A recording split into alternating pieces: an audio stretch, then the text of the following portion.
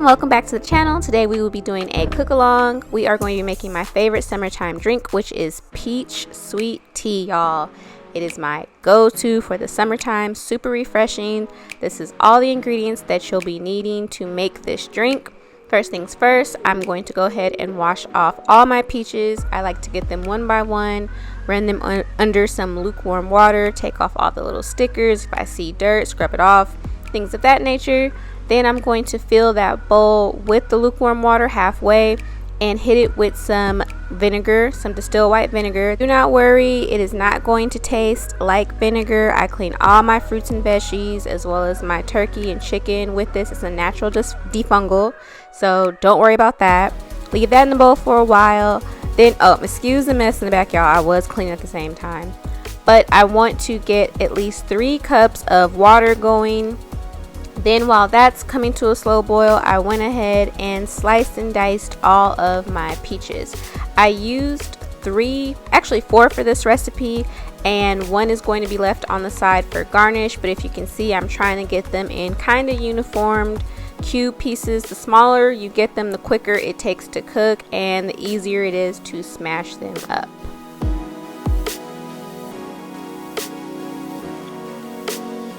The pot of boiling water, I went ahead and put in a cup of sugar. If you can see, it's white on the bottom.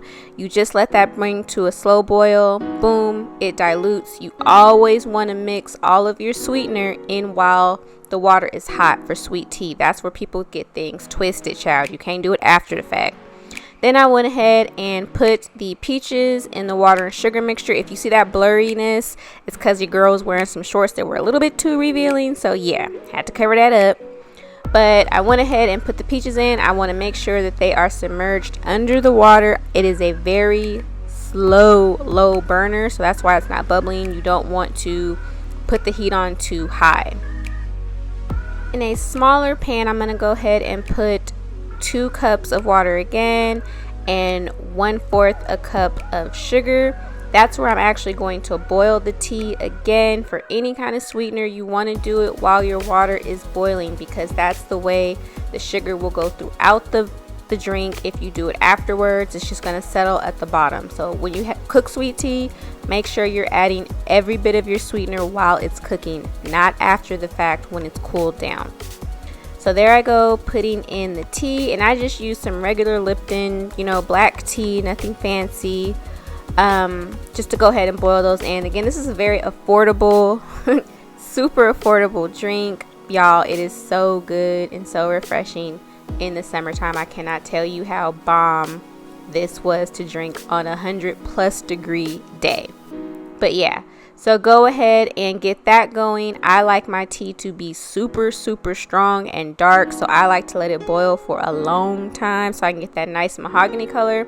And I did use, I want to say, about 3 tea bags for a pitcher of tea.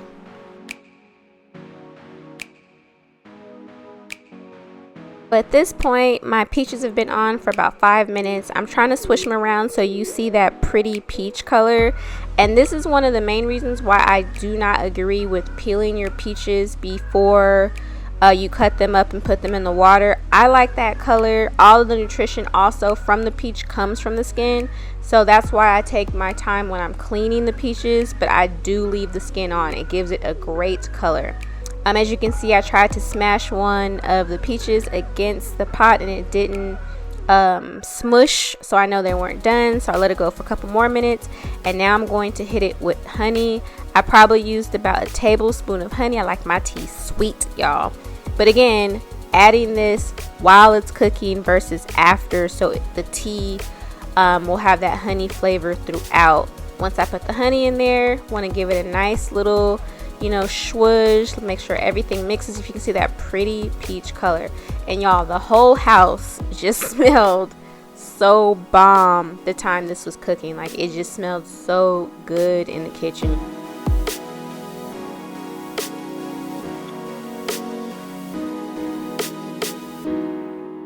Few more minutes, I went ahead and got a fork to test the softness, and it was perfect.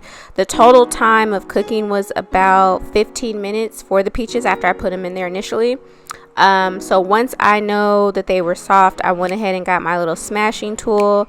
I turned down the burner for as low as it can go. I did not turn it off, and I just got to smashing. The reason why I left the burner on is because A, the hotter it is, the easier it's going to be for me to smash the peaches, and 2, I just wanted to keep cooking it to infuse the water with the peach flavor as much as possible. I like a strong peach tea. I want to know there is peaches up in here, so that's why I didn't turn it off. If you don't want such an intense peach flavor, you can turn it off at this point and smash your peaches, but I like all of the flavor.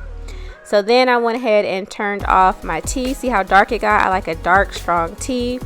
This is how the peaches looked in the pot after they were smashed. I'm trying to let it cool off. Then I take this mixture over to the sink. I get a larger bowl and I ladle in my peach mixture in a strainer over the bowl.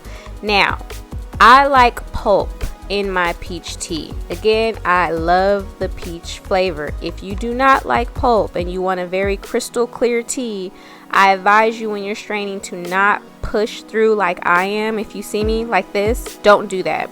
Because basically I'm doing that to get a little bit of that peach in my mixture. If you do not like pulp and you don't want peaches floating around, just let it strain through naturally, but I like a little pulp, so that's why I'm pushing it through. Just a little tidbit.